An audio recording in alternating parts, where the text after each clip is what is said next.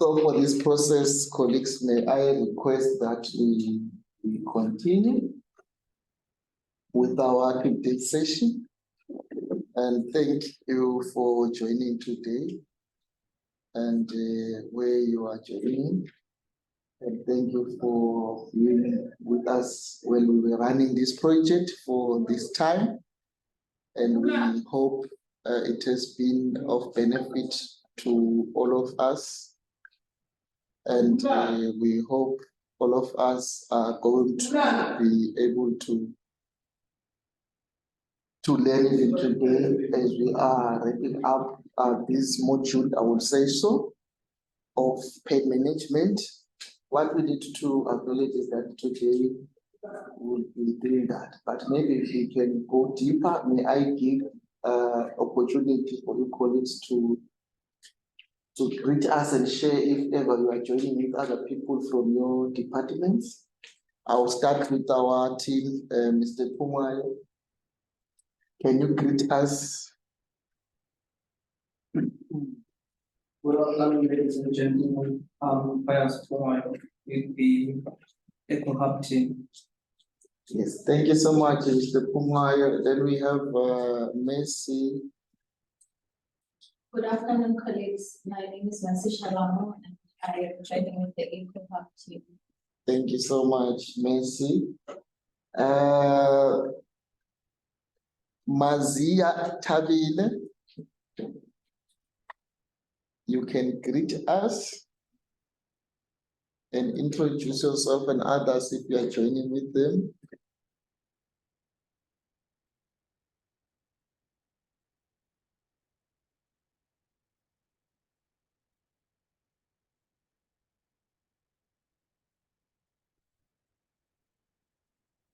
You get us, Mazia.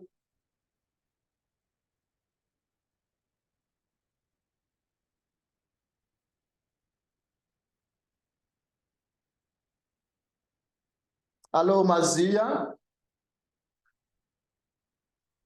Mazia doesn't get us. Let's join them late. Mhlanga, while we are waiting for Mazia to come back, I don't know where she is. Nompumele, maybe you can greet us. Good afternoon, colleagues. I am joining alone. Thank you. Thank you, Mhlanga. Malaika, how are you? Hello, Oh, yes, Mazia, how are you? I'm fine, and how are you? I'm joining alone from School Health Lubombo. Oh, that's great. Tomorrow we need to bring all the school head team here. Okay, thank you so much. Thank you so much, Malaika, would you want to greet us?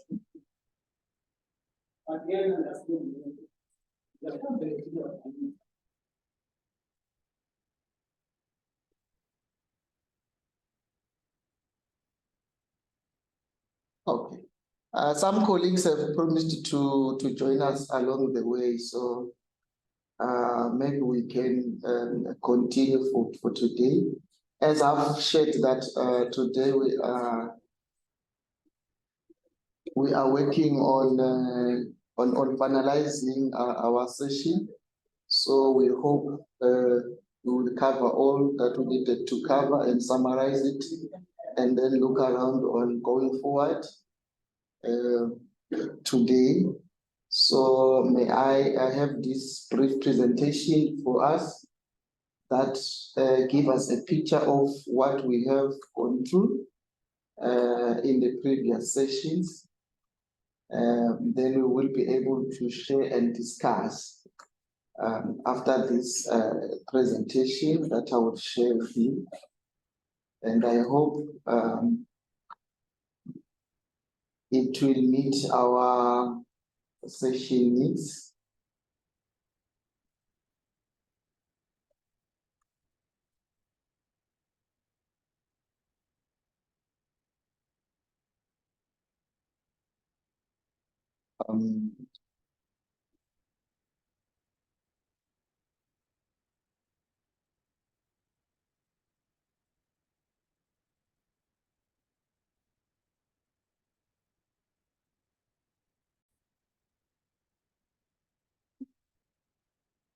Recording. I'm having some little challenges with a little bit, colleagues. I will sort it.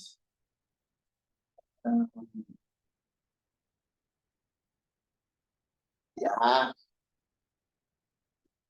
I hope everyone can see our presentation now.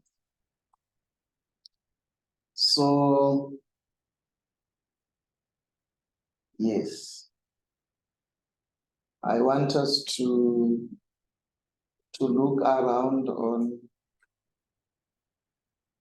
this presentation.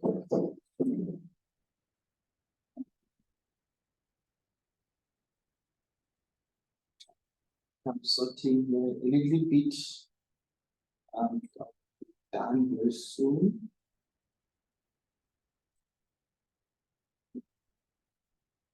So today we are trying to bring everything together, and we are looking around on how far we've gone and the things that we have covered. May I also share that in this session we will be also doing some discussion at the end and look around. We will see how best we can look forward in our sessions that will come from this one. So we will review what has been covered and introduce the next page or the next group of topics that will allow us to share what topics we also need to include if ever the others may want to share. And then also we will also discuss any concerns that we have had. In the previous presentation that we have had since last year, October, we were trying to unpack this model for us so we can be able to know and understand what exactly does it entails to manage pain or prescribe any intervention when we are managing the pain.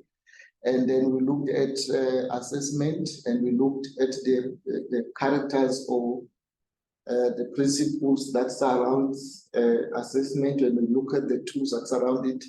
We talked about that once we've done your assessment, then you move to match the appropriate drug to the pain type. So it's very important that when you're doing assessment, then you are going to decide on which drug you are going to use so that it can be effective.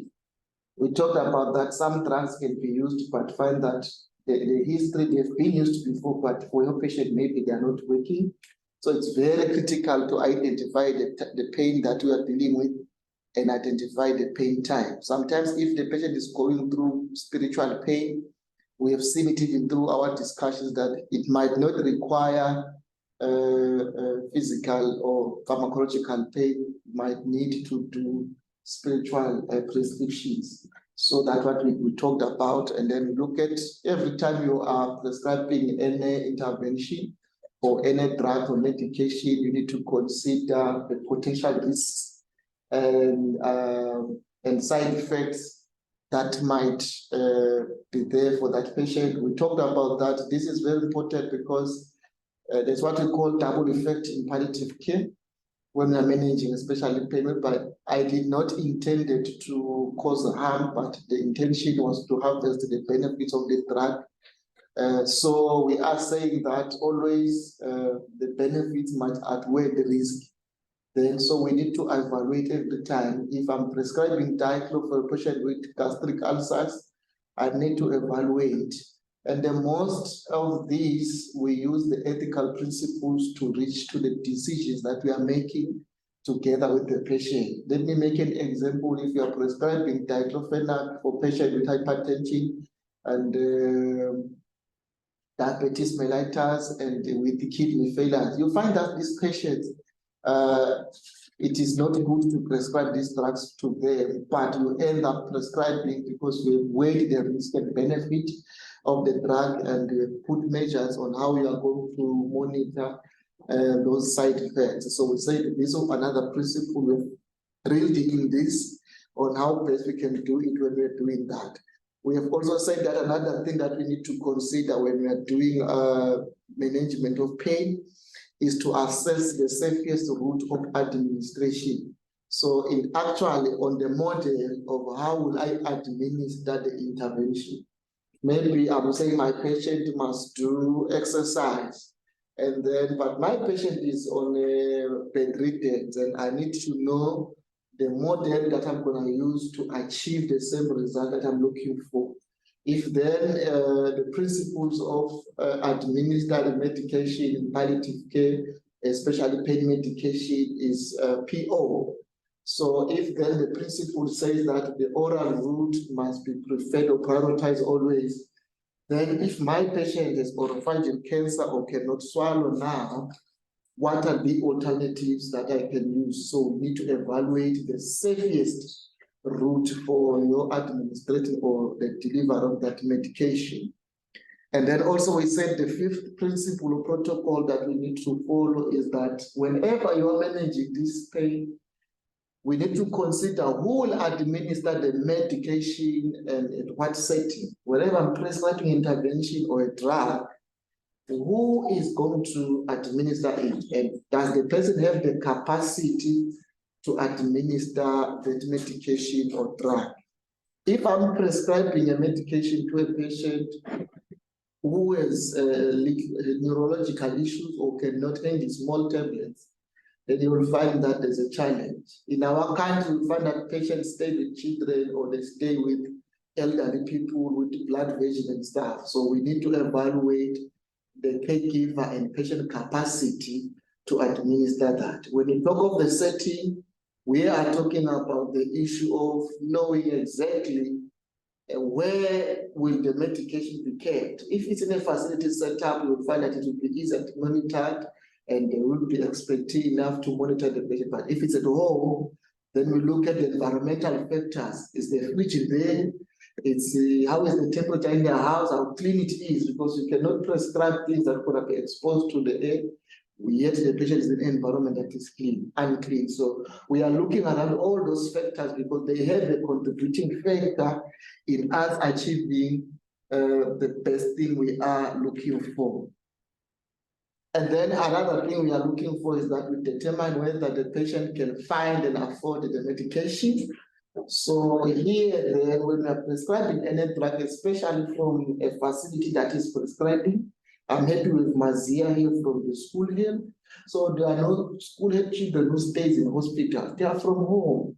So whenever we are prescribing a certain drug for this child, we need to ascertain that will this patient be able to afford this drug, or is this medication accessible or easy to find for this child? If we have a child from Lavumi size in Dendeni and the clinic is 2 days away from the patient, so we need to ascertain how are we going to maneuver with this medication. So we need to look for the simple. That's why then we encourage to use non-pharmacological means as possible as you can, but then we know non-pharmacological means are not a substitution of pharmacological, but they support those means. And then another thing that we've talked about here is the issue that whenever we are providing any interventions or medication, always assess for the cultural aspect and social and spiritual aspect of that pain. And we are saying that in the next module, we look at the social cultural aspect of the pain. We are hoping once we are done with this physical aspect, then we'll also cover spiritual issue. But this one is very important because it helps you to know if your intervention will be successful and to eliminate any spiritual or social issue that could contribute to the pain. So then when we're looking at assessment, one thing we can agree on in this presentation that we have had is that we can agree that pain assessment is very key and is the initial thing we need to establish whenever we have a patient in front of us. Whether it's a child, whether it's an adult, whether it's a cognitive impaired patient, we need to conduct this process very well. So I've just combined the whole presentations and the elements to come up with the process of assessment. We started this session early last year. We covered this process in small pieces, and we even included the multifactorial assessment model, but it is there in our ECHO-Eswatini YouTube channel. You can go there and learn more on the multifactorial model and the tools that are there, but it is a process. So it's a round up. So you cannot say you are done and you have completed it and you will never do it again. From the day or the first encounter with the patient, it's very critical that this process we adhere to and we do it very well, because once we have not done it very well, and then we're gonna miss the baseline information of the patient, and the patient will be mismanaged across the whole chain. I'm seeing people dropping one by one, but I'm hoping it's due to the internet issue. So that's what we are saying. So whenever you have a patient in front of you, regardless of whether it's a palliative care, let's make it a standard of practice that whenever I'm doing my assessment, before I make any decision, I do a thorough assessment, and I get to understand the patient in all the 4 spheres: physical, psychological, social, and spiritual, so that my interventions can be informed. So in this process of assessment, we have the inputs, then the process itself, and then the outputs from the process. There are many that you can have, but I've just put these that we need to understand that I thought can be of basic in our care. So the first thing that we have the patient and the caregiver as our input. That means whenever you're going to do an assessment, you will either have a patient or a caregiver, or you will have both in front of you. Whether it's an OPD, whether it's an inpatient, whether it's a palliative care unit, or it's a home setup, wherever you are, it's a clinic, or under Mazia's practice, with school health, maybe you are in a school, you will have this patient, you will have a patient or a child or an adult.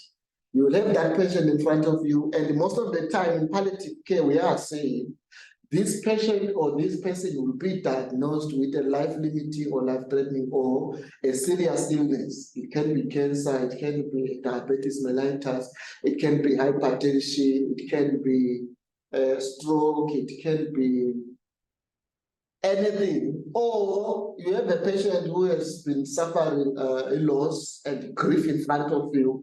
So you have this patient undergoing pain, regardless of the pain. Or else you have your colleague in front of you. So it's a patient and a caregiver. Then another thing that you need to have is the patient file or the patient document. It's very important. But then if it's an initial assessment, you will not have the patient file, but you might have the patient file in terms of the diagnosis. So you will have it in front of you. So it helps you to understand the prognosis and the diagnosis. So it will help you to assess the pain and understand what is going on with your patient. And then also you have the documentation system. In our country now, we also have our CMIS in front of us. So you will have your CMIS with you, and we understand that CMIS is not well distributed to all facilities. So if it's a CMIS institution like Hospice is now, then you will have the paper-based and then the electronic system. So that one you will have in front of you. So we have those two because you need it to complete your assessment. Another thing that you need to have, as we described it in our presentation, this module, we talked about assessment tools. Whenever you're going to do an assessment, have the assessment tools in front of you. So the first readily assessment that you'll ever have, whether until you die, it will be in your hand. If you have retired, it will be in your hand. The first one that will never lose is the 5-finger assessment tool, which is your hand. You will always have that tool 24/7. So another one that you will have is the one that we talk about, the numeric scale. We have the Wonga face, and then we have the table that we call the flag scale. So you will have different tools. So you need to have one. The tool that you must have in your table, it is determined by the patient you are assessing. So if you're assessing a child that is not able to talk with you, you will need the flash scale. So you will use that one. If it's the cognitive impaired, you might use the flash scale. So you will need that one, or you will need the quest model framework in front of you. So you will need those tools. If you are assessing a very old person who cannot understand the numbers, you might need the 5-finger and interpretation of the 5-finger for them to give you the intensity. So it depends on who is in front of you. And then you also need to understand the appropriate frameworks that you will use to assess your patient. We have the ECHO-Eswatini, which is the baseline assessment. Whenever you are doing any of the assessment, whether you are using the quest for children and cognitive impaired people, the final major framework that will guide you in your interview and assessment is the ECHO-Eswatini. We have repeated it many times in our assessment that P is for precipitating and we mean these are the ones that are aggravating and the palliating factors for that pain. And we talk of the quality, the traumatic, neuropathic, as visceral. You know, we are talking about those issues in your quality. We are looking around the what type of pain is this patient experiencing. We are looking around of radiation and region, where is the pain located? And we look around the S, which is the severity. And then the T is the time, when is the pain there and how frequent it start. We talk of the treatment the patient is taking currently. And then we look also at the functional impact of the pain. So we are using this framework to know exactly what is happening. And then we look at the environment where the patient is. We are talking about that pain assessment interview must be done in a comfortable environment where the patient feels safe and comfortable to talk. So privacy is very important when we're doing this, so the patient can have time to speak any pain that we have. Remember, when we're doing this type of pain, there's also social pain, there's spiritual pain and psychological pain. Some patients will be abused by their caregivers. So you need to have an environment that enables the patient to talk.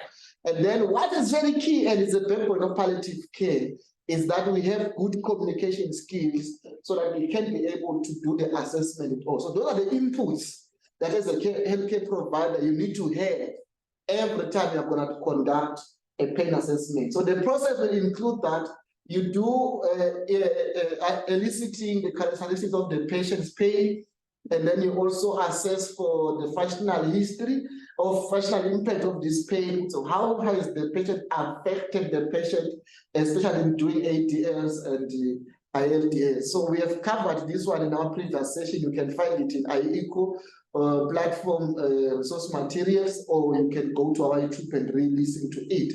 And then also another in the process, you also elicit prior drug and non-drug therapy. So you are reviewing this one, previous medications, if they work or not work, and you're looking at the therapies the patient is going through, are they effective or not? If including palliative care, chemo and other things must be there. And then in this process also it includes physical examination and reviewing of the patient's data. So this is the process you'll be doing every time you're doing your patient assessment.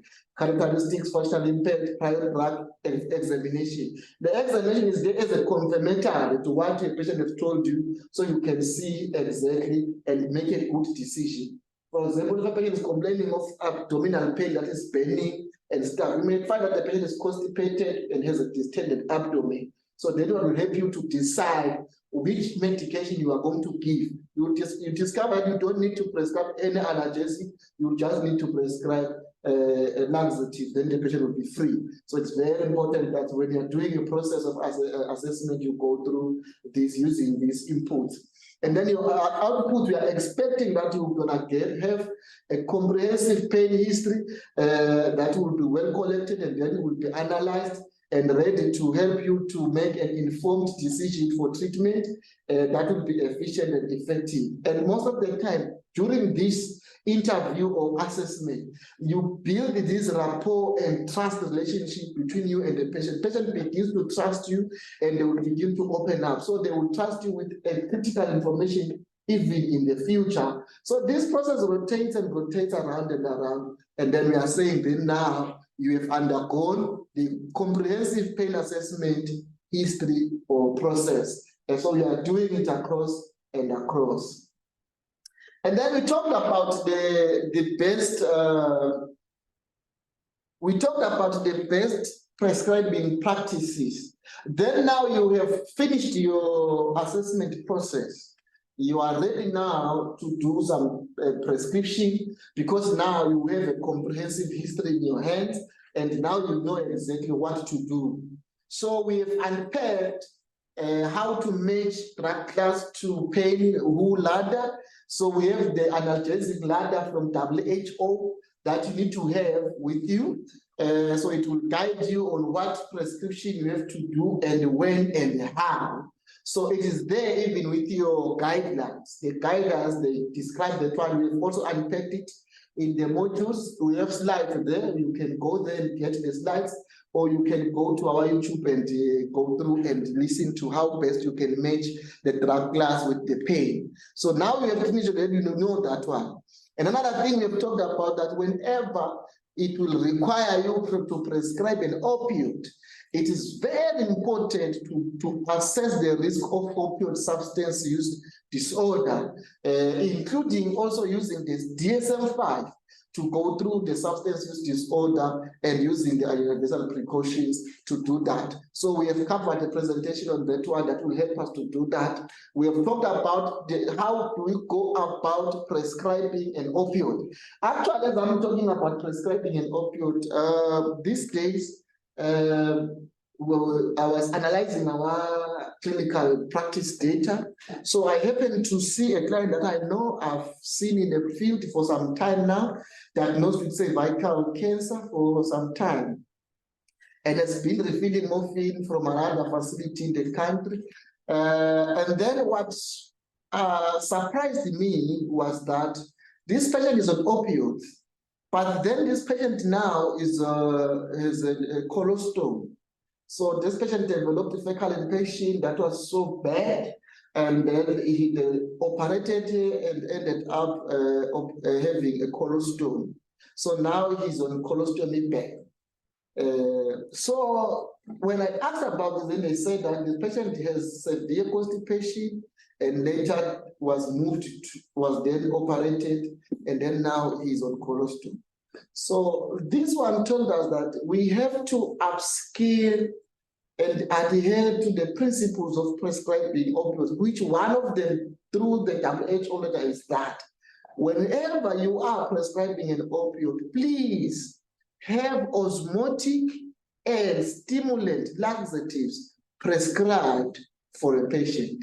Please, I request, I'm bringing today to you evidence-based problems that comes with failure to prescribe dual laxatives. I would recommend that always when we are prescribing laxatives, may we provide stimulant, which is bisacodyl, together with osmotics, which might be lactulose, or we can use stool softeners if we don't have those ones, which might be liquid paraffin, please, or what we call this castor oil, at least to protect and prevent our patient from going to operations that are so bad, like this patient I'm talking about who is on opioids. So that one is very critical. And remember, if we have put osmotics, osmotics does not work if the patient is dehydrated. So continue to encourage the patient to take fluid, at least the 2 liters they are talking about now in a day. Encourage the patient to continue to take a fluid. So we encourage that one to happen. And another thing we've covered also, we've talked about initiating opioids. And also we've talked about that, how do we move from prescribing a short opioid? Because short opioids are very critical, and one of the issues we prescribe them for is to manage breakthrough pain. Whenever my patient is on long-term opioid, then we have to have short-acting opioids to prevent our patients from a breakthrough pain. So that's what we have to talk about. We talk about it, and how about we go about prescribing that one. It's also there, the materials we can reference on those ones. And when we're talking about opioids, we talked about monitoring for opioid efficacy, side effects, and substance use disorder. Every time we've prescribed an opioid, it is very critical and very important to monitor for opioid efficacy. Is the drug I've prescribed giving me the expected effect? If it's not, so you can eliminate the problems as early as possible. Number two, the side effects. Most of opioids have side effects. And there's one side effect that will never fade away, which is called constipation. So we need to know if the one is not there, and if the other side effect that we expect them to fade away, like itching and stuff, does not fade away. For example, we have had a patient who reported that he stopped taking opioids because he was sleeping a lot. So then now you will know how much you have to de-escalate the drug. So you have to reduce it so it can fit the patient's needs. And then also we talked about how to move from prescribed converting from short to long-acting opioids. So that one is very important, that our patient does stay on short opioid for a long time. If the long opioids are there, once we have established the optimum dose that controls that pain, we then need to convert to long opioid, which are sometimes taken BD to reduce the drug taking load on our patients, because patients sometimes they are taking a lot of medication, so we need to reduce the drug load. We talked about prescribing practice and opioid conversions. We talked about how do we move around opioids. Most of the drugs that we need to learn to convert through and about is moving and converting from tramadol and codeine to morphine. Because that's the common drug that we have in the country. So we need to know if my patient is still fit to be taken, to be given tramadol if he was on morphine and if morphine is out of stock. We need to know how much of the tramadol the patient will go. If my patient was on codeine, and then we use the conversion, analgesic conversion tables to know that if the standard one is that tramadol is a tenth of morphine. So every time I have 1 ml or I have 1 milligram of morphine is equal to 10 milligrams of tramadol. So you will know if you are converting a patient who is on tramadol to morphine, or how much the patient will get to achieve the same effect. And if my patient was on morphine and I want to give tramadol because morphine is no longer there, how much tramadol should I prescribe for the patient to achieve the same effect? And then adhering to the prescription guidelines for that drug, if it is still feasible to do that. So that's what we need to understand about the code. But it is there, we have provided this also. We have presentations and also slides for that. Advanced conversion, we talk about when we are moving with the higher doses and dealing about problems and side effects of certain drugs. Maybe are moving from morphine to hydromorphine, especially for people with kidney problems. So how do we move around those ones? We also talk about special populations. We talk about elderly children. So we talk about those patients. So how do we go about prescribing those drugs? Because we cannot prescribe drugs like for children and adults like normal adults. Elderly people are special people, and adult children are special people. So we have to adhere to those guidelines. We advocate how best we can do that also in this presentation. And then we talk about managing patients at the risk of substance abuse. How best we can manage those patients. It helps us to understand how best we can manage. Maybe also to add on other things we've covered also, in addition to those standard prescribing practices. We have also looked closer, maybe before I go, we have also looked closer to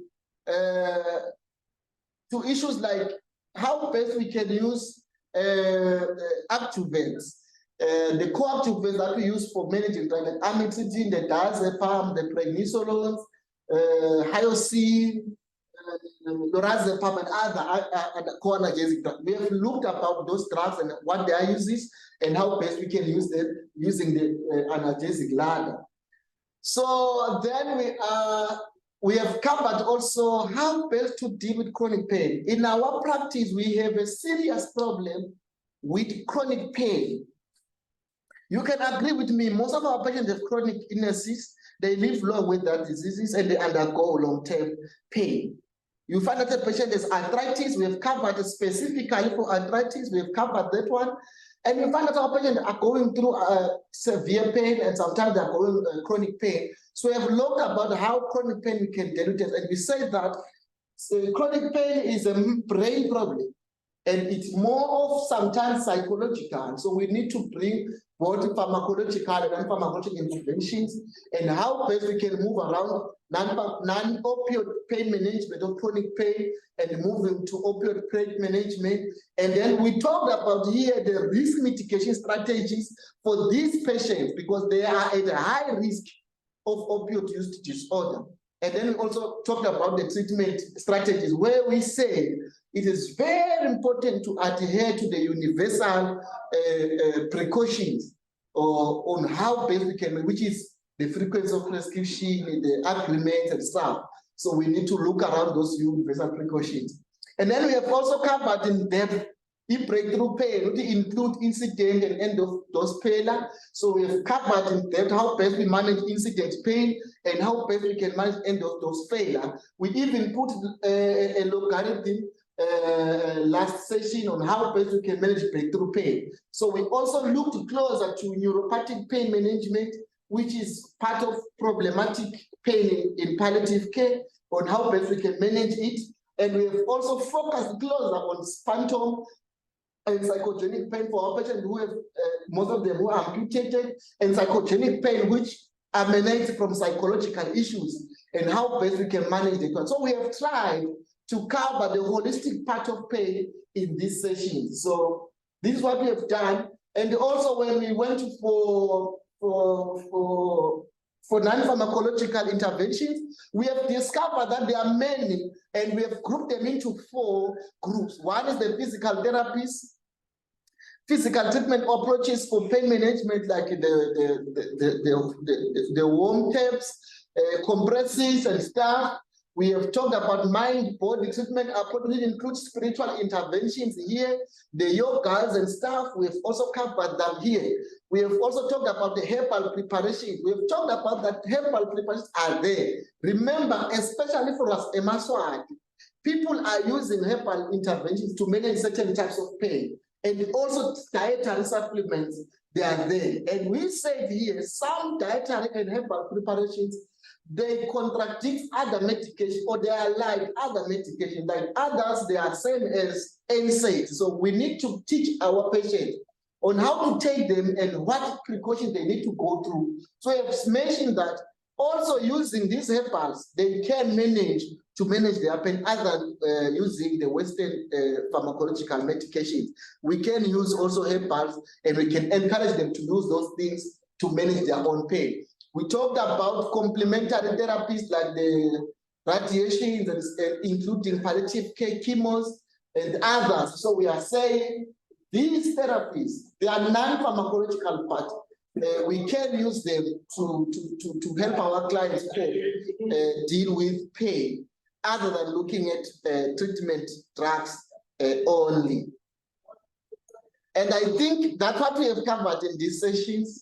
And what we are going to do is that now that we have finished this group or this batch, we are looking forward to share with you a link via your emails at the end of this session. We will share with you a link with a post-test. And this post-test, we will request that we all fill it and submit it before the 30th of November 2023. So it will help us then to process your certificates of attendance for this group on pain management. And this will be shared via your emails. So once we have finished and submitted your post-test, let me also emphasize that this test will not grade it. So you just fill it as a requirement for you to show that you have attended and understood what was learned in this page.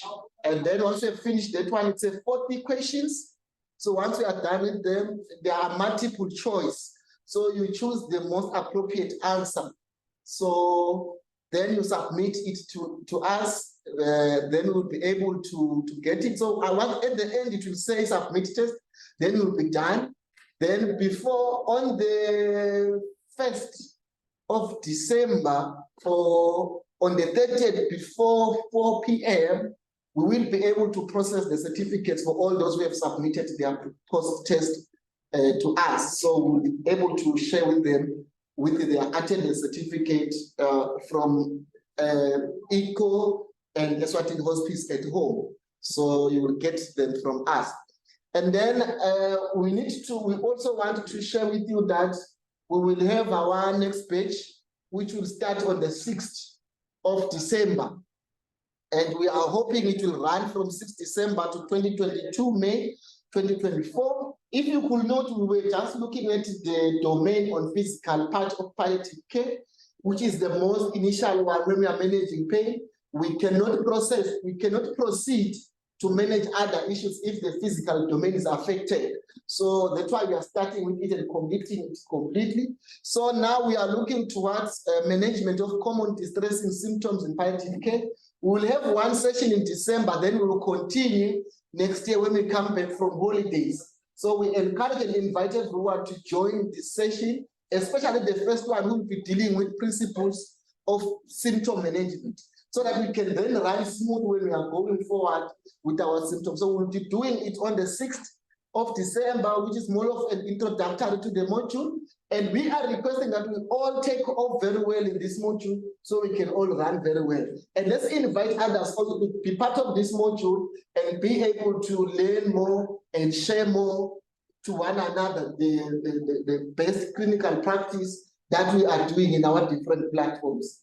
And then, as I've mentioned, that Monday on the 4th of December, you will receive a session reminder as usual, but this time around, it will have the link for the pre-test for this coming theme or group or module that will start. May we request that the coming session reminder that you will receive on the 4th of December, please fill in the pre-test for the management and common distressing symptoms so that we can proceed very well with our sessions. And we request that you fill it before attending the sessions. That one will be very important to us. For the details on the coming batch, please visit our ECHO.rg, and then if you are registered as you are, you will have access to the module itself and its details, and you also have access to the previous module that we are finishing today. You will also have access to all materials that we have ever covered in this module. You will be able to use those materials for your own practice and for also continuous education even in your facility. But we are encouraging people to join this module so we can learn together and share our experiences. Otherwise, for this module, thank you so much for participating. We know that we are understaffed in the different facilities for different reasons that we know as a country, and we appreciate your time that you have dedicated to this session. Others have told me that they are having critical meetings today, they could not attend, but we appreciate them for being part of this session. We know they will be here by now, but we appreciate them that they understand, and we are hoping to see them in the coming batch.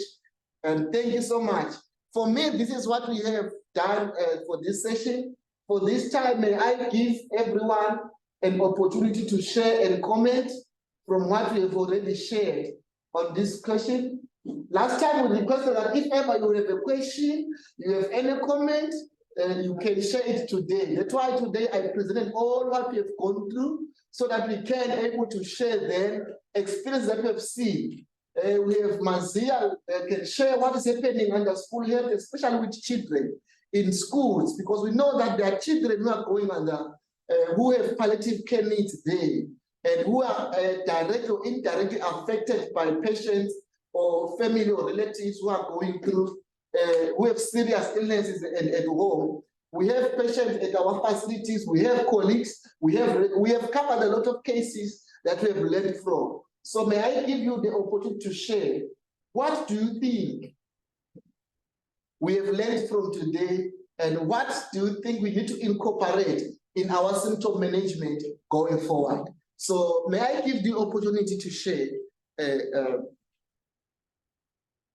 I also give my team here, if there's something to add or comment from this page as we are closing it today.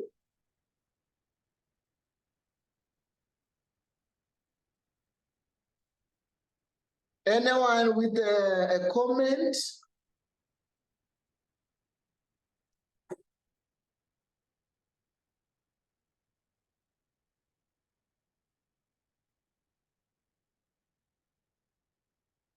Session. But Yes. our challenge is the network. Sometimes I didn't hear you clear. Okay. I've got a challenge with network. Yes. Askis Mazia, do you have anything to share concerning this page on pain management? I did hear something, but it wasn't enough because okay.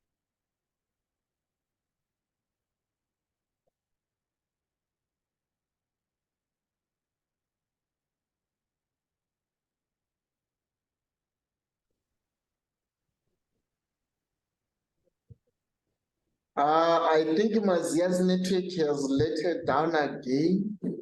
I don't know if we have something else. I don't know if the team have something to add. We'll see when Mazia comes back.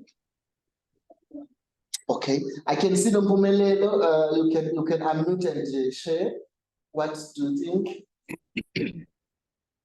No, I want to share. Thank you very much, Mr. Matlang, for the summary. It is well comprehended, and you have put us all on the same page, even us who joined in the middle of everything. Thank you so much. I'm just interested in Mazia's field, where she's working with the vulnerable population, the children, which most of the time they are left behind when we are doing palliative care. I wish you could tell us more on what she's doing, so that on the next sessions we are able to help where we can help with regards to healthcare and palliative care for children. Thank you very much. Thank you so much, Mhlanga. I don't know if Mazia, you are able to get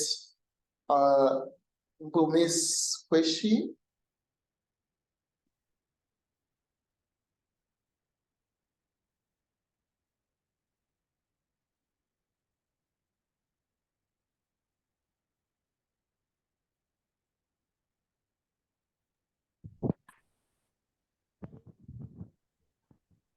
So sorry, Mr. Matlang. Noma ke ngabe whosoever is knows how Mazia works can explain to us, so that we know how she works, and we know maybe we can and also anticipate the challenges that she's coming across while rendering the services that she's rendering to that population. Thank you very much. Thank you. Thank you. Yes. Mazia, do you have something to comment? I see a mute. I don't know whether you can hear me because Oh. We have lost you. can you hear me or not? Okay, now we can hear you. I don't know if you get Mpumelele's suggestion or question. I didn't get it clear Okay, Mpumelelo because is of the Wi-Fi is not working okay today. Oh. Mpumi was requesting that you can share what exactly it entails, your work entails, so that in the next session that we will also have to incorporate even scenarios that can be applicable very well to the school head department.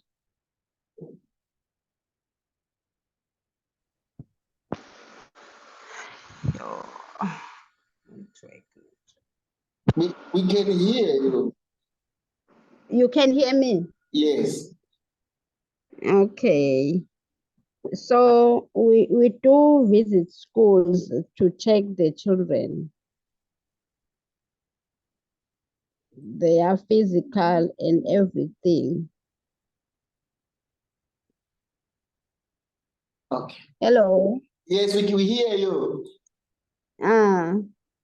All right. So I think Nompumelelo, you can get Mazia is saying that normally what they do school visits. So they visit the children to see how they are doing physically, emotionally, I believe, psychologically at school.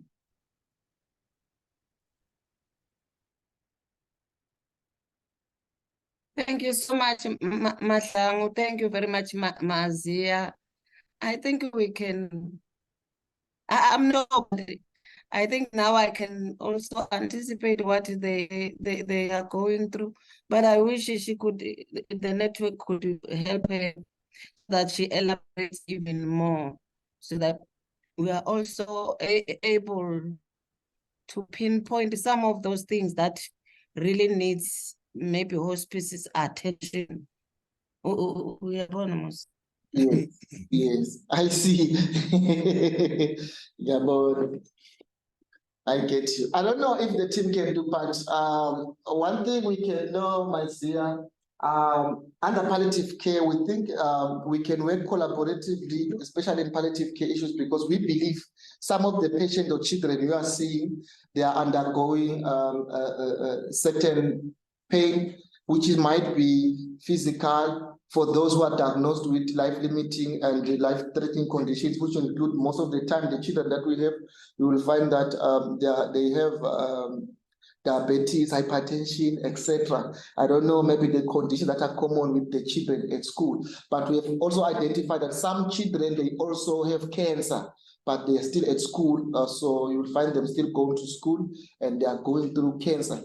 So we'll be able to even to incorporate them on how best you can support you in your wing while you are doing your school head and supporting you when you are doing your visit. I think that's what Nompumelelo is trying to say, that maybe you can also share exactly what is happening when what issues you are encountering when you are there. So how best we can do that.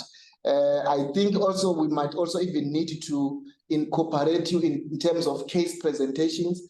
If you are willing, we can also have you in the next coming session, because in the next batch, we have topics that I think they do affect a lot, even the children. So we can work very close even with school health, which might also bring other of your colleagues from the different regions, to come together and work together in terms of introducing even palliative care in the school health program, to see how then you can put palliative care program for your children while you are doing your school health visit, and how best we can link those children to the home-based palliative care program offered by Hospice at Home. So I think that's what the team is also proposing for you.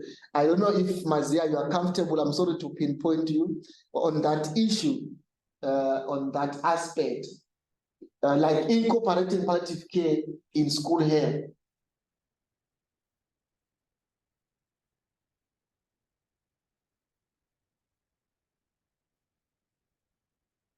Okay, I can see Nompumelelo hand is up. Thank you so much, Mahlangu. It is not a two-way communication, but I'm just interested on children, because most of the time we find that what is common in our communities now is that child-headed families. Those are the children that she's talking about. They are visiting at schools. You may find that the team really needs support at that level from Hospice, because you are the people who have the expertise on how to deal with those children.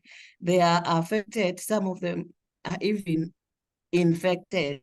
So that they need, looking at what we are to start on, the management of other distressing symptoms of palliative care. I think she is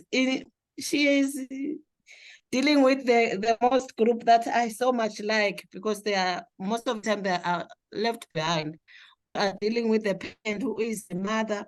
Then we don't take care of the child. Not that we don't take care of the child. When the child is at school, at the time we do our visits. So they are left behind in that way.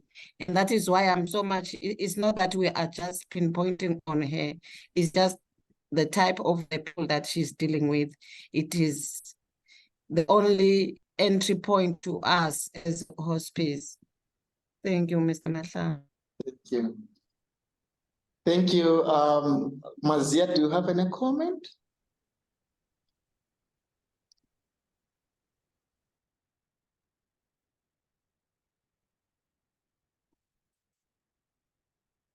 I don't know if my team have any comments on this. Shown for the interest of the children. I think I will communicate with Mahlang. What can we do for us? Okay. Okay. Thank you, Mazia.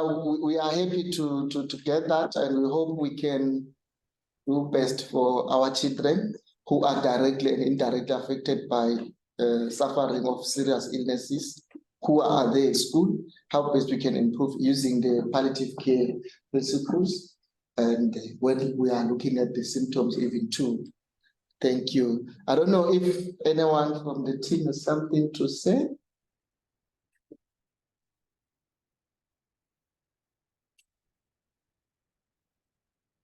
Anyone? Yes, Mr. Puma, you have something to say? Thank you very much, Mr. Mahlang.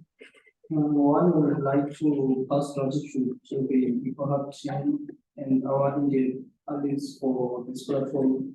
Indeed, it has been informative. We had informative sessions from pain management and all the different classes of drugs. Indeed, we have learned a lot. And experience-wise, we have grown so much. We are so dearly looking forward to the upcoming sessions. Thank you. So we have provided the link. I don't know if I'm leaving someone behind. I just wanted to share what will be there in our next page. I don't know, do you have anything to add? You can write it on the chat. I just want to list the topic that we will cover in our next page, which will finish on May. We will look around the principles and of symptom management, and we'll unpack them, and then we'll look at constipation management in patients with serious illnesses to avoid scenarios like the one I've shared today of a patient who has been on opioids for some time now, and later now has been done colostomy because of fecal infection. So that was very bad. So to avoid that, how can we manage constipation for both children and adults? We will look at, because they can cut across. So we'll see how best we can manage constipation. It's a very serious issue in our package. So I'm hoping everybody will be there. And we'll also look around nausea and vomiting, especially for our patients. This one is most common, especially when they are on chemo, and it's most common when they are approaching end of life. So we'll see how best we can manage nausea and vomiting across the disease trajectory. And also we'll look around another one that is most distressing, that is common we've seen among the patients that we have, which is anorexia and cachexia. This one is very critical. How much I wish everybody in the country could be here when we are doing anorexia and cachexia, because it's very terrible, especially common when patients are approaching the end of life. And we need to unpack it very close and see the principles in palliative care, how we deal with this one. And then also we have one other one, that is, most of these symptoms that are here, they are there when the patients are in their early stages of the disease, but they are more frequent and more severe at end of life. We will also look around at mouth care, including xerostomia. So we'll be talking about mouth care and xerostomia, especially during and at the end of life. We'll be looking how to manage xerostomia and palliative care. Xerostomia is what we call dry mouth. It's most common in palliative care. It goes together with dehydration. And we will also look around dyspnea. Most of our patients, especially patients with lung cancer, liver cancer, you know, those who have abdominal cancers or internal organ cancers and brain cancers and stuff, they suffer dyspnea. So we'll see how do we manage dyspnea in palliative care. And then we'll also talk about anxiety and insomnia. Most of our patients, they go through anxiety and some they have insomnia. Akulala. We will also look closely, independently, dealing with depression management, especially for patients with serious illness, not just depression, but depression on the context of patients with serious illnesses. We'll look at this one closely. And also we'll look at the other critical common symptom that we have seen in our patients, which is fatigue. Most of them, they go through fatigue and how best we can manage that one. We will also look at wound management, but we'll look at in two folds. We'll cover wound management in terms of pressure ulcer prevention, especially for those who are wheelchair and bed-bound. We'll see how best we can prevent pressure ulcers. For these patients that we know, they will never at some point stand up and walk. How best we can make sure that when they die happily and intact in their skin. And also we'll look at management of malignant wound. For those wounds that we know, these ones will never be healed at any point in time. How then do we manage those ones? Those are the topics that we have. I don't know if from the list I've talked about, they are there in ECHO, you'll see them. If any, there's a topic that you may want us to add, you can share it on chat. Or you can WhatsApp me today, or you can just share it on chat if you feel like there's another symptom you feel like we need to address. Otherwise, these are the symptoms that we have just looked. There are many, but we've just looked at the problematic ones and the most frequent encountered, unless there are those that we feel like they are missing. Thank you so much. That marks the end of our session today. And thank you so much, colleagues, to attend. Let me emphasize that all sessions that we have, they are there in our ECHO platform. All of them, they are there in our ECHO YouTube channel, even the ones we have done today. By 3 p.m., it will be readily available in YouTube. You can go back and see it. Even the didactic presentation for today, I've already put it in our ECHO platform. You can access it there. By logging into ieco.org, you will have access to every material we've used. Thank you so much, colleagues. I don't know if anyone wants to add something before maybe we can close today's session and prepare ourselves. Today, just right now, at the end of the session, if you can just give us 10 minutes, we will be sharing the post-test link for this module. So you can just fill it right now, or just immediately you've received your email, you can just fill it, just right there. We can appreciate that. It can help us a lot. Thank you. Our certificate will be available on the 30th of November for participation. Anyone who wants to add something or comment? If ever you will need CPD points for renewal of license, you can come, and then each session is 1.5 hours. So it gives you 1.5 points. So you can come, and then we'll be able to find those sessions we've attended, and then we'll be able to quantify them for you and sign your CPD book when you are going for renewal at Medicine Council. For those who have used our CPD, they've never faced challenges then. That's why we are having also a post-test for this module. Thank you. If there is no one with a question or any comment, may I officially say we adjourn our session for today. May I request that we invite more of our colleagues for our next session. If they need registration links, because you need to be registered to access and have access to the platform and be able to get your certificate at the end, I'm available to share the registration link. Otherwise, our session will be in the same. You don't need to re-register. In the next session on the 6th, you will receive an invitation, a reminder on the 4th, then you will have the module there, which will show that it is going. So thank you so much to be part of the team. If anyone wants to add, I'll allow you to do that. Otherwise, thank you so much. You can fill the feedback link and click it for us to get what you may wish we do better.